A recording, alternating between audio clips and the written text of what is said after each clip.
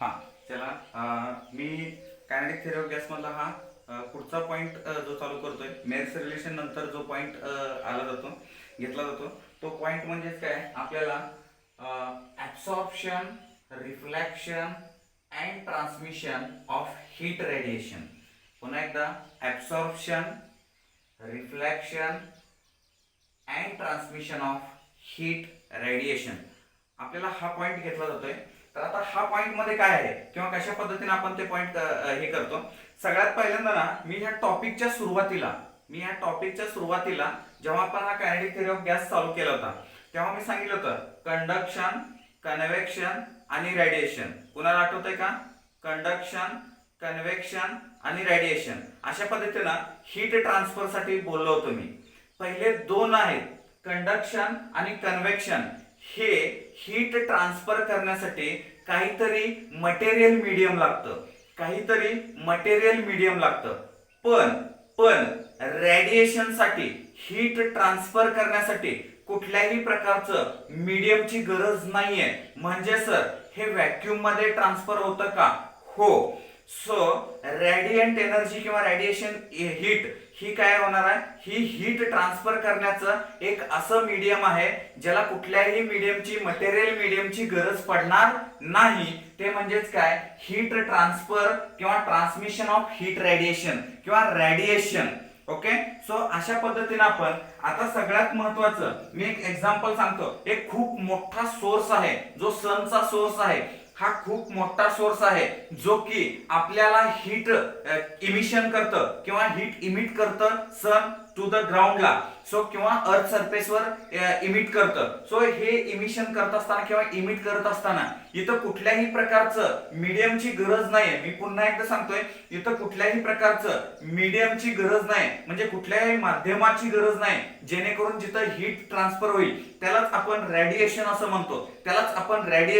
म्हणतो. आणि ही जी रेडिएशन करतं ही जी एनर्जी त्यालाच आपण थर्मल एनर्जी पण म्हणतोय. मीन्स काय? मी याच्या आधी तुम्हाला सांगितलं होतं बघा कम्युनिकेशन मध्ये वगैरे त्या ठिकाणी सांगितलं होतं इलेक्ट्रोमॅग्नेटिक वेव्ह. पुन्हा एकदा इलेक्ट्रोमॅग्नेटिक वेव्ह ही ट्रान्सफर करतं काहीतरी एनर्जी सेंड करतं फ्रिक्वेन्सी रेडिएट करतं. ही जी एनर्जी आहे ही जी कम्युनिकेशन साठी आपण वापरत होतो ही सेम एनर्जी आपण म्हणजेच काय या ठिकाणी आपण ह्याला असं पण म्हणू शकतो का? इलेक्ट्रोमॅग्नेटिक वेव्ह याला कुठल्याही मीडियमची गरज पडत नाही.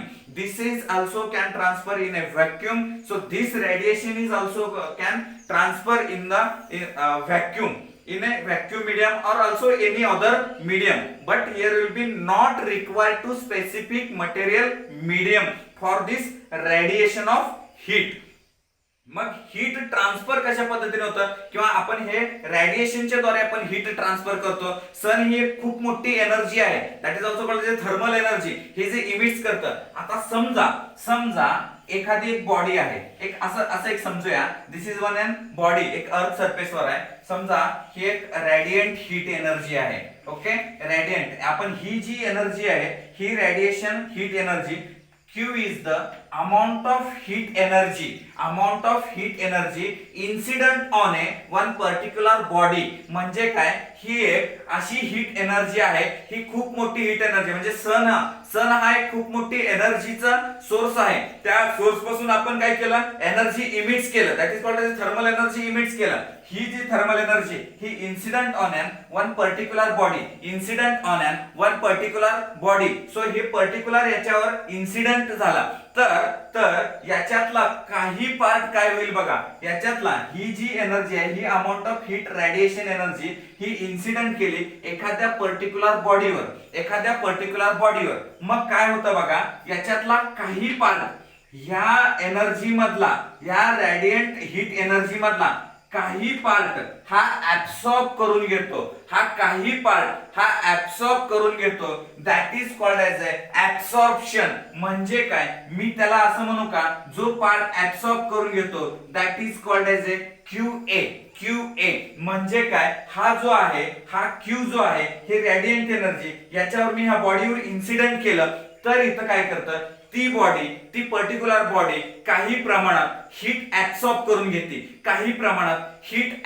करून घेते. देन याच्यातला जो त्याचे एक पर्टिक्युलर कॅपॅसिटी पर्यंत ऍब्सॉर्ब करून घेईल, त्याच्यानंतर त्याच्यातला काही पार्ट हा काय करेल, तो रिफ्लॅक्ट करेल, काही पार्ट काय करेल, तो रिफ्लॅक्ट करेल. मी या ठिकाणी लिहितो हे रिफ्लेक्शन. सो ते मी इथं लिहितो QR, that is called as a reflection. Some amount of energy, some amount of thermal energy that can reflect म्हणजे काय, काही प्रमाणात ती बॉडी काय केली, हीट ऍब्सॉर्ब करून घेतली. एक पर्टिक्युलर लिमिटेशन नंतर ती बॉडी काय केली, त्याला रिफ्लेक्शन केली आणि काही प्रमाणात ती एनर्जी ती बॉडी काय करते, एनर्जी ती ट्रान्समिट करते. म्हणजे मी त्याला लिहू का QT. बघा मी पुन्हा एकदा इथं म्हटलं Q म्हणजे काय, the amount of incident thermal energy incident or the amount of radiant heat energy incident on a body. So QA, the amount of radiant energy absorbed, that is called as absorption. Then QR, some amount of thermal energy or radiant energy reflected.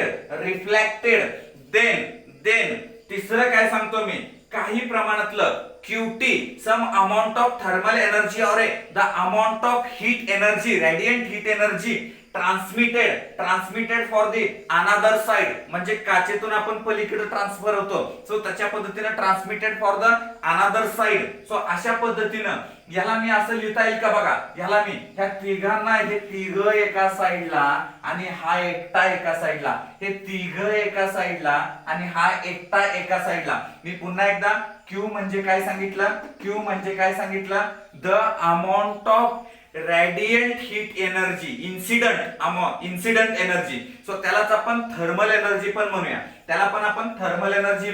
So that can I write here one equation. मी याला एक equation लिहू शकतो का, बघा ते equation कुठल्या form मध्ये लिहिता येईल बघा मला. सो Q इक्वल टू, ते इक्वेशन मी लिहू का, Q equal to QA plus QR plus QT. म्हणजे काय, the total amount of incident radiant heat energy equal to the heat absorbed plus heat reflected plus heat transmitted, or thermal energy absorbed, thermal energy reflected, thermal energy transmitted. So this is one equation. हे झालं equation absorption, reflection, ट्रान्समिशनचं याचा average, the total amount of heat आपण अशा पद्धतीनं त्या ठिकाणी त्याला लिहू शकतो. हे तुम्हाला लक्षात आलंय का बघा. आता मी या ठिकाणी काय करतो, ह्या Q ला मी डिवाइड करतो, means equal to therefore QA upon Q plus QR upon Q plus QT upon Q. So therefore मी इथं पहिलं काय लिहितो बघा, QA upon Q equal to A, that is called as a absorptance किंवा coefficient of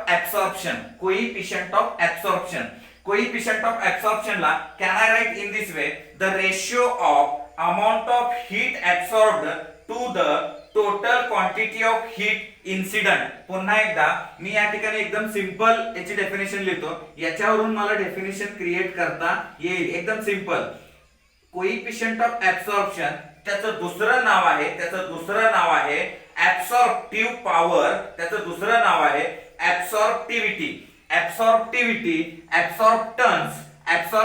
पॉवर आणि coefficient of absorption. एकदम simple लक्षात ठेवा, कोएफिशिएंट ऑफ ऍब्सॉर्प्शन. सो इथं काय असणार आहे, हे टोटल अमाउंट ऑफ जे absorptive radiant energy divide by total amount of radiant heat incident. एकदम सिंपल लक्षात ठेवता येईल. तुम्हाला डेफिनेशन लक्षात येते का बघा, पुन्हा एकदा मी डेफिनेशन सांगतोय, the ratio of amount of heat absorbed, to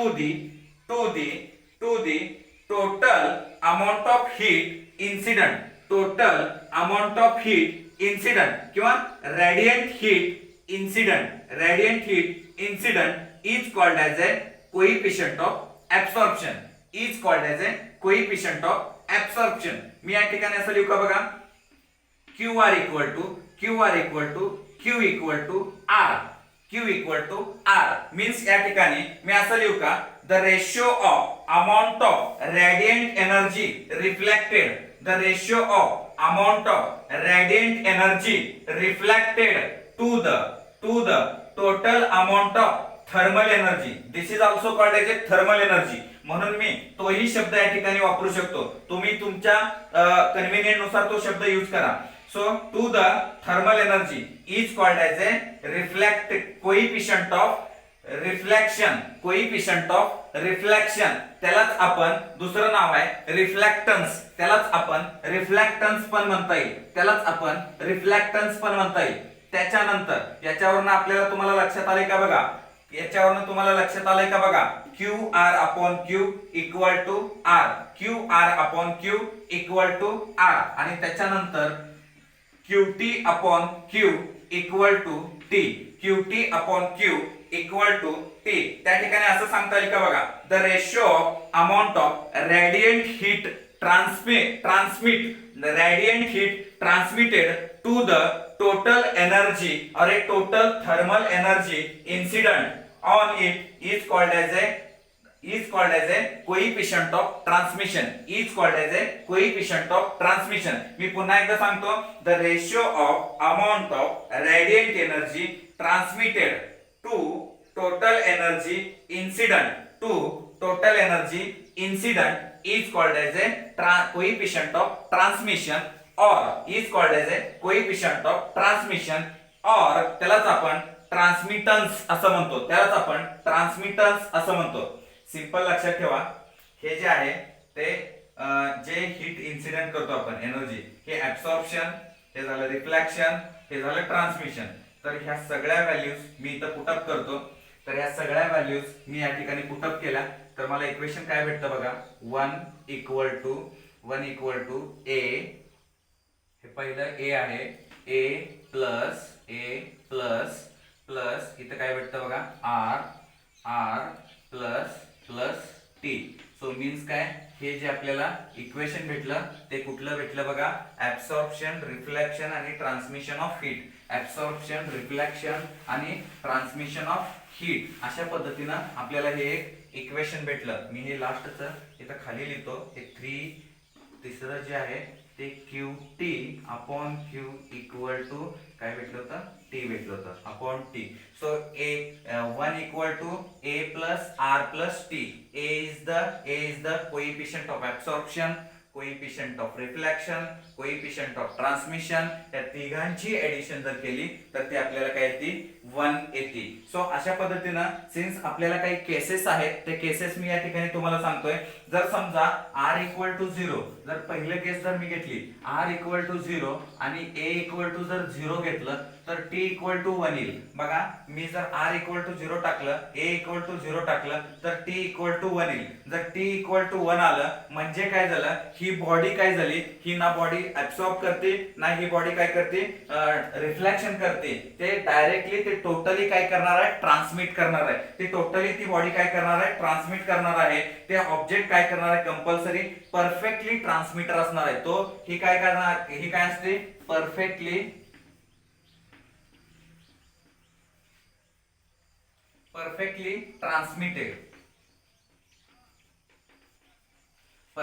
transmitter. Okay, so हे बॉडी परफेक्टली ट्रान्समिटर असते. त्यालाच आपण अशा बॉडीला डायअथर्मस असं म्हणतो. A substance through which heat radiation can pass, that is called as a diathermos. त्यालाच आपण काय म्हणणार आहे, डायअथर्मस असं म्हणतो, डायअथर्मस सबस्टन्स असं म्हणतो. ओके, सो या सबस्टन्सला आपण डायअथर्मस सबस्टन्स अशा पद्धतीनं म्हणू. त्याचं एक्झाम्पल सांगता येईल आपल्याला, ग्लास हे एक डायअथर्मस सबस्टन्स आहे. त्याचं एक्झाम्पल, ग्लास हे डायअथर्मस सबस्टन्स आहे. क्वार्ट्ज हा डायथर्मस सबस्टन्स आहे. त्याच्यानंतर आपल्याला एक्झाम्पल देता येईल, सोडियम क्लोराइड, हायड्रोजन, ऑक्सिजन हे डायथर्मसचे एक्झाम्पल आहेत. ओके, सो त्याच्यानंतर सेकंड केस मध्ये सांगतो मी. सेकंड केस मध्ये जर समजा सेकंड केस मध्ये आपण त्या ठिकाणी टी इक्वल टू 0 घेतलं, ट्रान्समीटर इक्वल टू 0 घेतलं, टी इक्वल टू 0 घेतलं आणि पुन्हा ए इक्वल टू जर 0 घेतलं तर त्या ठिकाणी सॉरी फक्त टी इक्वल टू जर 0 घेतलं तर आपल्याला a plus R equal to 1 येईल. बघा मी इथं टी ट्रान्समिशन हा जो पार्ट आहे इथं हे परफेक्टली ट्रान्समीटर झालता. जर आता मी इथं टी इक्वल टू 0 घेतलं तर a plus R equal to 1 येईल. तर याला आपण म्हणायचं अथर्मस सबस्टन्स असं म्हणायचं. यालाच आपण काय म्हणायचं अथर्मस substance. this body or this object we have to can't transmit any energy, any incident energy. अशा टाइपची बॉडी कुठल्याही प्रकारची एनर्जी ही ट्रान्समिट करत नाही. ज्या ठिकाणी t इक्वल टू 0 ते a plus r equal to 1 means that this is called as a thermos substance. Thermos substance असं म्हणतोय आपण. हे वरचं झालं डायथर्मस, ज्या ठिकाणी फक्त ट्रान्समिट केलं जातं आणि जिथं ट्रान्समिशन 0 असतं आणि ऍब्सॉर्प्शन आणि रिफ्लेक्शन हे दोन्ही त्याच्यामध्ये घेतलं जातं त्याला अथर्मस असं म्हटलं जातं. त्याचं एक्झाम्पल देता येईल आपल्याला. त्याचं एक्झाम्पल आहे वॉटर म्हणता येईल, त्या ठिकाणी वूड असं म्हणता येईल. अशा पद्धतीचे त्याचे एक्झाम्पल्स आहेत. आपण त्या ठिकाणी वॉटर, वूड, आयर्न, कॉपर अशा पद्धतीनं हे एक्झाम्पल्स त्याचे असणार आहेत. ज्या ठिकाणी कंप्लीट ट्रान्समिशन होणार नाही, कुठल्याही प्रकारचं ट्रान्समिशन हे 0 असतं. सो नेक्स्ट आपल्याला कंडिशन घेता येईल ज्या ठिकाणी टी आणि ए 0 आहे, ज्या ठिकाणी ट्रान्समिशन नाहीये, ऍब्सॉर्प्शन सुद्धा नाहीये. ज्या ठिकाणी ट्रान्समिशन नाहीये, ऍब्सॉर्प्शन सुद्धा नाहीये, मग या ठिकाणी रिफ्लेक्टेड हे 1 आहे. म्हणजे काय, हे परफेक्टली रिफ्लेक्टेड बॉडी आहे. मी पुन्हा एकदा सांगतो. तिसऱ्या सिच्युएशन मध्ये T equal to 0, A equal to 0, R equal to 1. T equal to 0, A equal to 0, R equal to 1. So this body totally reflected means काय, हे perfectly reflector असं म्हणता येईल का बघा इथं. perfectly reflector हे या ठिकाणी याला आपण परफेक्टली रिफ्लेक्टर असं म्हणू शकतो. सो त्याच्यानंतर जर समजा याच्यामध्ये काय असतं, पुअर ऍब्सॉर्प्शन आणि पुअर ट्रान्समीटर असतं. जर मी फोर्थ सिच्युएशन मध्ये लिहिलं, मी फोर्थ सिच्युएशन मध्ये काय लिहितो बघा, t इक्वल टू 0 आणि r equal to 0 means transmission पण 0 आहे आणि त्याचं रिफ्लेक्शन पण 0 आहे. मीन्स ऍब्सॉर्प्शन 100% ऍब्सॉर्प्शन आहे. that is called as a perfectly absorption असं म्हणू किंवा absorptor असं म्हणतो मी. perfectly that body or that object is perfectly absorptor किंवा absorption ही बॉडी. तर यालाच आपण, याचं एक बेस्ट एक्झाम्पल आहे परफेक्टली ब्लॅक बॉडी ही परफेक्टली ऍब्सॉर्प्शन असते. म्हणजे काय, ही 100% ऍब्सॉर्प्शन असतं. या ठिकाणी पुअर ट्रान्समिशन असतं, पुअर रिफ्लेक्टेड असतं. मी पुन्हा एकदा ह्या थोड्या कंडिशन रिवाइज करतो. आपण काय केलं बघा, इथं Q equal to QA plus QR plus QT. So this is the coefficient of absorption, this is the coefficient of reflection, this is the coefficient of transmission. बाळांनो या ठिकाणी आपण या Q ला डिवाइड केलं तर 1 equal to QA upon Q plus QR upon Q plus QT upon Q. मी याच्या प्रत्येकाच्या डेफिनेशन सांगितलं तुम्हाला इथं. QA upon Q equal to A. Absorption यालाच काय म्हटलं, कोएफिशिएंट ऑफ ऍब्सॉर्प्शन म्हटलं. यालाच आपण काय म्हटलं, कोएफिशिएंट ऑफ ऍब्सॉर्प्शन म्हटलं. सिंपली काय करायचं, हे दोघांचं काय आहे, रेशिओ आहे. हे म्हणजेच काय द अमाउंट ऑफ ऍब्सॉर्प्शन. कुठला, incident heat energy, amount of absorption divide by total thermal energy. Shortcut वापरा, टोटल थर्मल एनर्जी हे आहे. आणि त्याच्यानंतर coefficient of reflection, the amount of coefficient of reflected divide by किंवा ratio total thermal energy equal to काय, reflected. आणि तशाच पद्धतीनं ट्रान्समिशन किंवा ट्रान्समीटर.